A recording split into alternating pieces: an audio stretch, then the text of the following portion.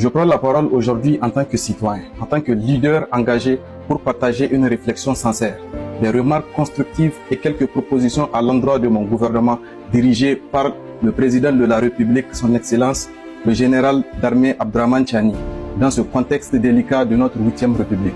Monsieur le Président de la République, le gouvernement semble abandonner le terrain de la parole publique, offrant aux opposants, aux détracteurs et aux ennemis de la République un espace libre pour installer le doute, manipuler l'opinion et de décrédibiliser l'action de l'État. Les constats préoccupants.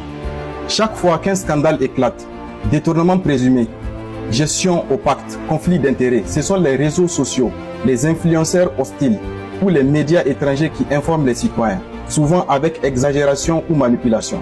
L'État semble subir la communication au lieu de la diriger. Alors, où sont les responsables de la communication gouvernementale? Où sont les hommes et femmes capables de parler au nom du pays avec clarté, honnêteté, patriotisme et stratégie? Existe-t-il une cellule chargée d'organiser, défendre, justifier et si nécessaire reconnaître les erreurs avec courage? Car une gouvernance sans communication est une gouvernance qui abdique la bataille de la confiance. Monsieur le Président de la République, j'ai des propositions citoyennes pour une gouvernance communicante et responsable. Mettez en place une cellule centrale de communication de crise et de gouvernance. Cette cellule doit surveiller en temps réel les débats publics, réseaux, médias et diplomatie. Elle doit répondre immédiatement à chaque attaque médiatique contre l'État, avec preuve, clarté et hauteur d'esprit. Elle doit préparer des contre-narratifs et des explications pédagogiques sur tous les grands sujets de la gouvernance, finances, armée, justice, santé, éducation, diplomatie. Nommer un ou plusieurs porte-paroles officiels, compétents et visibles.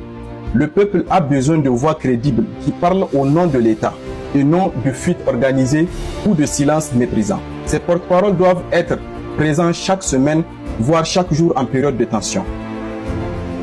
Assainir la gestion interne des informations sensibles.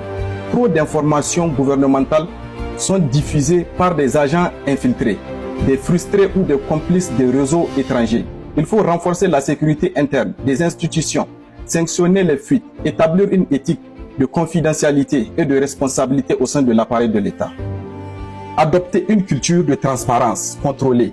Mieux vaut communiquer avec vérité avant que d'autres ne le fassent avec mensonge.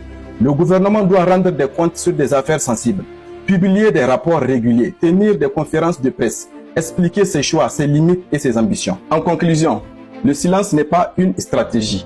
L'improvisation n'est pas une gouvernance. Le peuple nigérien mérite une parole forte, claire, digne et maîtrisée. Dans un monde où l'information est une arme, le gouvernement du Niger doit reprendre la maîtrise de son récit national. Ne pas parler, c'est déjà perdre. Ne pas se défendre, c'est se condamner. Je suis à la fin de mon exposé. Signé Moussa Ahmed, citoyen engagé pour la refondation morale et stratégique de la République du Niger.